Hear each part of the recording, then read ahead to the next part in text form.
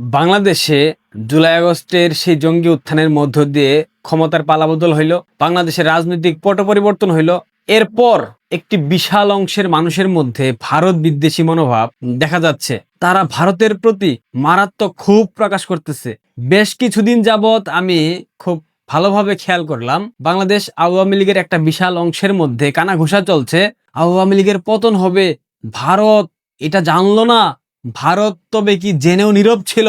এদের অনেকের, যারা এই ধরনের কথা বলছে, তাদের ধারণা ছিল ভারত হয়তো জাদুর কাঠি দিয়ে বঙ্গবন্ধু কন্যা শেখ হাসিনাকে পুনরায় বাংলাদেশের শাসন ক্ষমতায় বসিয়ে দেবে। কিন্তু বাস্তবতা যখন ভিন্ন হয়ে গেল, তখন জনমনে এই যে ষড়যন্ত্র তত্ত্ব ডালপালা বেঁধেছে, যে 5 আগস্টের ঘটনার পেছনে ভারতের হাত থাকতে পারে, আওয়ামী লীগের বিশেষ শ্রেণীর মানুষদের এই ধারণাটি মূলত সঠিক ইতিহাস না জানা এবং বাস্তব বুদ্ধির যে তাদের মধ্যে একটা ব্যাপক সংকট আছে, অভাব আছে, এই জায়গা থেকে মূলত জন্ম নিয়েছে। আওয়ামী লীগের পতনের মধ্য দিয়ে মূলত বাংলাদেশে ইতিহাসের পুনরাবৃত্তি ঘটেছে। জাতির জনক বঙ্গবন্ধু শেখ মুজিবুর রহমান এবং বঙ্গবন্ধু কন্যা প্রধানমন্ত্রী দেশরত্ন শেখ হাসিনা, তারা উভয়েই প্রায় একই ধরনের কৌশলগত ভুলের শিকার হয়েছেন। যদি অনেকে প্রশ্ন করেন সেটা কিভাবে, দেখেন, বঙ্গবন্ধু বাংলাদেশের অকৃত্রিম বন্ধু ইন্দিরা গান্ধীকে দূরে সরিয়ে দিয়েছিলেন। এটা কিন্তু ইতিহাস বলে, আমি বলছি না, আমার মুখের কথা না। ইন্দিরা গান্ধীকে দূরে সরিয়ে দিয়ে তথাকথিত মুসলিম ভ্রাতৃত্বের টানে মধ্যপ্রাচ্যের দেশগুলা, অর্থাৎ আরব দেশ, এমনকি পাকিস্তান এবং চীনের সাথে ঘনিষ্ঠ হতে চেয়েছিলেন। অথচ এই চীন এবং পাকিস্তান ছিল বাংলাদেশের স্বাধীনতার ঘোর বিরোধী। ভারতীয় গোয়েন্দা সংস্থা র যখন বঙ্গবন্ধুকে কুয়ের আগাম সতর্ক বার্তা দিয়েছিল, অর্থাৎ একটা সেনা অভ্যুত্থানের মধ্য দিয়ে বঙ্গবন্ধুকে হত্যা করা হতে পারে, এ ধরনের একটা সতর্ক বার্তা র কিন্তু বঙ্গবন্ধুকে দিয়েছিলেন। যারা বঙ্গবন্ধুকে নিয়ে নির্মিত মুজিব একটি জাতির রূপকার সিনেমা দেখেছেন, সেই সিনেমাতেও কিন্তু স্পষ্ট দেখানো হয়েছে এই চিত্রটা। তিনি সেটাকে, অর্থাৎ বঙ্গবন্ধু সেই কথাকে র যে বলল তাকে, সেটাকে বাড়াবাড়ি বলে উড়িয়ে দিয়েছিলেন এবং বলেছিলেন এটা ভারতের বাড়াবাড়ি। এর পরবর্তীতে বঙ্গবন্ধু ভারতীয় সেনাবাহিনীকে দ্রুত বাংলাদেশ থেকে বিদায় করে দিয়েছিলেন। ভারতীয় সেনাবাহিনী বিদায় হবার কারণেই সেই সুযোগে দেশি বিদেশি ষড়যন্ত্রকারী যারা ছিল বাংলাদেশে, তারা পুনর্গঠিত হওয়ার সুযোগ পেয়েছিল, যার কারণেই বাংলাদেশে বিএনপির মতো দালাল রাজনৈতিক দলের প্রতিষ্ঠা হয়েছিল এবং তাদের বদৌলতে জামাতের মতো যুদ্ধাপরাধীরা বাংলাদেশের রাজনীতিতে স্বাভাবিক প্রক্রিয়ায় অংশ নেওয়ার সুযোগ পেয়েছিল। স্বাধীন বাংলাদেশে জামাতের মতো রাজাকাররা রাজনীতি করার সুযোগ পেয়েছিল। এটা কিন্তু একটা ঐতিহাসিক ভুল, এটাকে এড়িয়ে যাওয়ার কোনো সুযোগ নেই।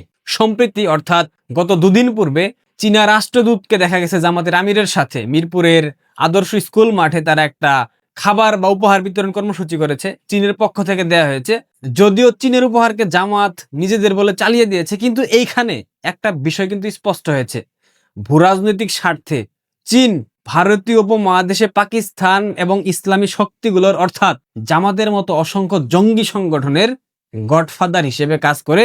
এটা কিন্তু বারবার প্রমাণ হয়েছে। বঙ্গবন্ধু কন্যা শেখ হাসিনাও কিন্তু তার ক্ষমতার শেষ সময়গুলাতে, শেষ বছরগুলাতে ভারতকে পাশ কাটিয়ে চীনের প্রতি অতিমাত্রায় ঘনিষ্ঠ হয়ে পড়েছিলেন। আপনারা নিশ্চয়ই তার শেষ সফর, চীন সফর খেয়াল করবেন, তাহলে বুঝতে পারবেন কি ঘটেছিল।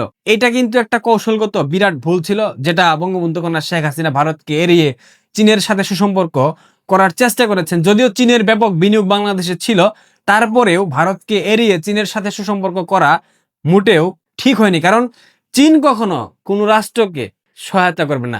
চীন এমন একটা রাষ্ট্র যারা 1 পয়সা ইনভেস্ট করলে সেখান থেকে 10 পয়সা প্রফিট করার ধান্দায় থাকে। চীন এমন একটা রাষ্ট্র, তাদের মাকেও যদি অন্যের বিছানায় শুইয়ে দিতে হয়, তারা শুইয়ে দেবে যদি তাদেরকে পয়সা দেওয়া হয়। এটাই চীন। 1975-এর আশ্রয় এবং ভারতের প্রকৃত অবদান আসলে কি ছিল, আওয়ামী লীগের অনেকেই ভুলে যান। 1975-এর 15 আগস্ট জাতির পিতাকে যখন সপরিবারে হত্যা করা হয়, পরবর্তীতে ভারত চাইলেই কি মুস্তাক সরকারকে হটিয়ে আওয়ামী লীগকে ক্ষমতায় বসাতে পারত? এটা কি আদৌ পসিবল ছিল? কোন স্বাধীন সার্বভৌম রাষ্ট্রের পক্ষে অন্য আরেকটা স্বাধীন সার্বভৌম রাষ্ট্রে সরাসরি হস্তক্ষেপ করার কোন এখতিয়ার নেই। সরাসরি হস্তক্ষেপ করে সেখানে সরকার প্রতিস্থাপন করা, এটা কোনোভাবেই পসিবল না। আন্তর্জাতিক আইনের কিছু বিধিনিষেধ তো অবশ্যই আছে, সেটা অবশ্যই মেনে চলতে হবে। ভারত চাইলেও সেটা পারতো না। তবে তৎকালীন সময় ভারত কিন্তু অনেক কিছু করেছিল। ভারত কিন্তু সেই সময় মানবিক এবং রাজনৈতিক বন্ধুত্বের পরম নিদর্শন সৃষ্টি করেছিল। 1975-এর 25 আগস্ট শেখ হাসিনা এবং শেখ রেহানাকে অত্যন্ত গোপনীয়তায় দিল্লির 56 পান্ডারা রোডের একটি ফ্ল্যাটে আশ্রয় দিয়েছিল ভারত সরকার। তাদের জন্য ফ্ল্যাট বরাদ্দ, মাসিক ভাতা এবং ডক্টর ওয়াজেদ মিয়া, শেখ হাসিনার যে স্বামী, তার জন্য ভারতীয় পরমাণু শক্তি কমিশনে ফেলোশিপের ব্যবস্থাও ভারত সরকারই করে দিয়েছিল। 1981 সালে শেখ হাসিনা দেশে ফেরার আগ পর্যন্ত ভারত থেকে দল পরিচালনা করেছেন। সেই কঠিন সময়ে কোনো আরব বিশ্ব কিংবা তথাকথিত মুসলিম ভাইয়ারা কিন্তু বাংলাদেশ আওয়ামী লীগের পাশে দাঁড়ায়নি। শেখ হাসিনাকে বিন্দুমাত্র সহায়তা তারা করেনি। আওয়ামী লীগের একটা বিরাট বাজে স্বভাব আছে, যেটার নাম আমি বলি দুই নৌকায় পা দেওয়ার নীতি এবং পরিচয় সংকট। আওয়ামী লীগের রাজনীতির একটি বড় দুর্বলতা হলো ক্ষমতায় থাকাকালীন তাদের আদর্শিক অবস্থান ঝুলন্ত অবস্থায় থাকে। তারা একদিকে সেকুলারিজমের কথা বলে, আবার অন্যদিকে মুসলিম উন্মাহ এবং রক্ষণশীল মানসিকতাকে তারা তুষ্ট করতে চায়। যেমন চরমুনাকে তুষ্ট করতে চেয়েছিল, 500 মডেল মসজিদ বানিয়েছিল, মনে নেই আপনাদের? শত শত মাদ্রাসা বানিয়েছিল। ক্ষমতায় থাকলে তারা শেখ হাসিনাকে মুসলিম বিশ্বের অভিভাবক বানিয়ে দেয়, সৌদি আরবের বাদশার দিকে ঝুঁকে পড়ে, আবার বিপদে পড়লেই আবার সেই বন্ধু রাষ্ট্র ভারতের শরণাপন্ন হয়, ভারতে আশ্রয় নেয়। এই যে আইডেন্টিটি ক্রাইসিস কিংবা পরিচয় সংকটের কারণে তারা বারবার কৌশলগত মিত্রদের বিশ্বাস হারায় এবং শত্রুকে বুকের মধ্যেখানে টেনে নেয়। এটা কিন্তু কৌশলগত একটা বিরাট ভুল। ভারতের বিজেপি সরকারও কৌশলগত কারণে আওয়ামী লীগকে নির্ভরযোগ্য মনে করে, কিন্তু আওয়ামী লীগ বারবার ভারতকে দূরে সরিয়ে দিয়েছে। বর্তমানে লড়াইটা হতে হবে রাজনৈতিক। ইতিহাস সাক্ষী দেয় বারবার কেবল সশস্ত্র সংগ্রাম কিংবা বাইরের কোনো শক্তির হস্তক্ষেপে রাজনীতিতে স্থায়ীভাবে ফেরা যায় না। বাংলাদেশ আওয়ামী লীগের মতো দল এভাবে কখনোই ফিরতে পারবে না। 1975-এর পর কাদের সিদ্দিকী, চট্টগ্রামের মহিউদ্দিন চৌধুরী এবং নারায়ণগঞ্জের নাসিম উসমানরা ভারত সীমান্তে যে প্রতিরোধ যুদ্ধ করে তুলেছিলেন, তা দিয়ে আওয়ামী লীগ রাজনীতিতে ফিরতে পারেনি।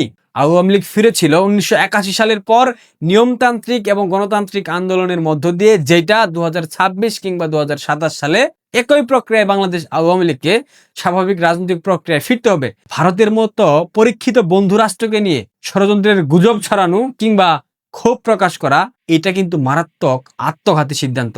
ক্ষমতায় থাকলে মুসলিম উন্মার টান, আর বিপদে পড়লে বন্ধু তুমি কোথায়, আমাকে বাঁচাও, এই দ্বিচারিতা আওয়ামী লীগকে সম্পূর্ণরূপে ত্যাগ করতে হবে। আওয়ামী লীগকে যদি আবার রাজনীতিতে শক্ত অবস্থানে ফিরতে হয়, তবে তৃণমূলের নেতাকর্মীদেরকে আদর্শিকভাবে শিক্ষিত করতে হবে, মৌলবাদী চিন্তা চেতনা থেকে বের করতে হবে, সাইদি লীগ, আজাহারি লীগ, আহমদুল্লাহ লীগ, হেফাজত লীগ, জামাত লীগ থেকে আওয়ামী লীগকে দূর করতে হবে, আওয়ামী লীগকে সরিয়ে আনতে হবে এবং আদর্শিক এবং রাজনৈতিক মিত্রদের প্রতি সৎ থাকতে হবে। তবে মনে রাখতে হবে, বারবার ভুলের কোনো মাসুল কিন্তু হয় না, আর সেই ভুলের মাসুল হিসেবেই আজকে ইতিহাসের এই কঠিন পুনরাবৃত্তি।